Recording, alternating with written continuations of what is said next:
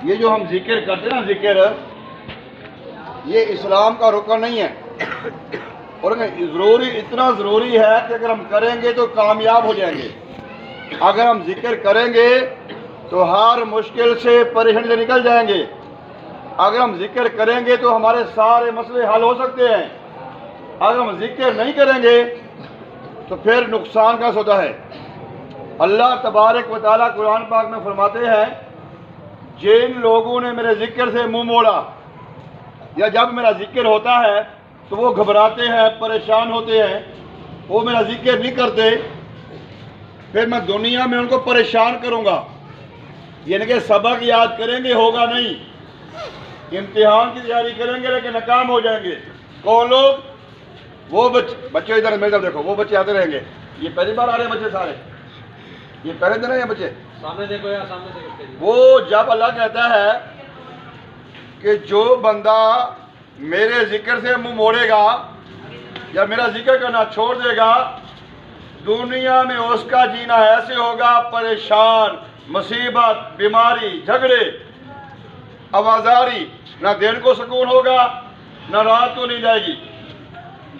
जब आप जिक्र करेंगे, अल्लाह तबारक फरमाते हैं कि नालायक भी होगा, कमजोर भी होगा, हल्का फुल्का कोई सबक याद करेगा, लेकिन उसको कामयाबी देना मेरा काम। अल्लाह ताला फरमाते हैं, कुरान पाक में है भाई। लेकिन अल्लाह ताला जो है वो गलत बयानी नहीं करते, अल्लाह ताला वादा खिलाफी भी नहीं करते। अल्लाह का वादा सच है, अल्लाह का फरमान हक है। ये जो हम जिक्र करते हैं बच्चों रोजाना, ये एक प्रैक्टिस है। यहाँ पे 5-7 मिनट, कितने मिनट? 5 से 7 मिनट जो हम जिक्र यहाँ पे करते हैं कि हम इस जिक्र को याद करें, फिर रोजाना अपने घरों में जाके जिक्र करें।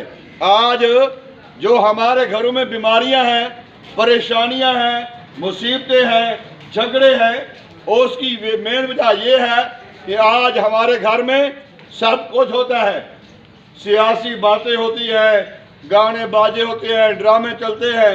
अगर नहीं होता तो अल्लाह का जिक्र नहीं होता और अल्लाह के महबूब का जिक्र नहीं होता।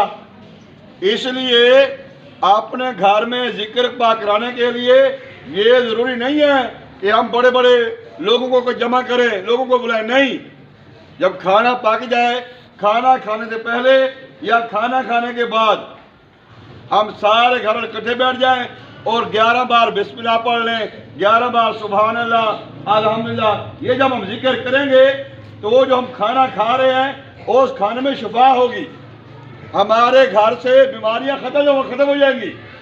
ये जो बीमारियां आती हैं, हम इलाज करते हैं, दवाइयाँ खाते हैं, फिर भी शिफा नहीं होती। वजह क्या है कि जो शिफा देने वाली ज़ात है वो अल्लाह की ज़ात है। शिफा तो अल्लाह के हाथ में है। अगर हम अल्लाह के साथ बना के रखेंगे, अगर हम अल्लाह का कहना मानेंगे तो अल्लाह ताला उस दवा में भी शिफा डालेंगे और ग़िज़ा में भी शिफा डालेंगे। तो हर बच्चा कोशिश करे कि अपने घर में या अपने इलाके की मस्जिद में रोज़ाना 5 से 7 मिनट अल्लाह और अल्लाह के रसूल का जिक्र करे। जिक्र करने से दिमाग खुलते हैं, ये ज़हन खुलता है और तरक्की होती है, कामयाबी होती है।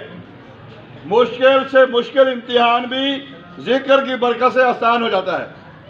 तो कोशिश करिए बच्चों, यहाँ पे जब जिक्र होता है तो आपने बुलंद आवाज़ से जिक्र करना है, मिलकर जिक्र करना है, बुलंद आवाज़ से जिक्र करना है। जिक्र का और एक वजह ये भी है कि हम जब जिक्र करेंगे, जो बाहर रोड पे बंदे गुजर रहे हैं, रोड पे लोग जा रहे हैं जो जिक्र में शामिल नहीं होते, आपके जिक्र की बरकत से अल्लाह उनकी बख्शिश फरमा देता है।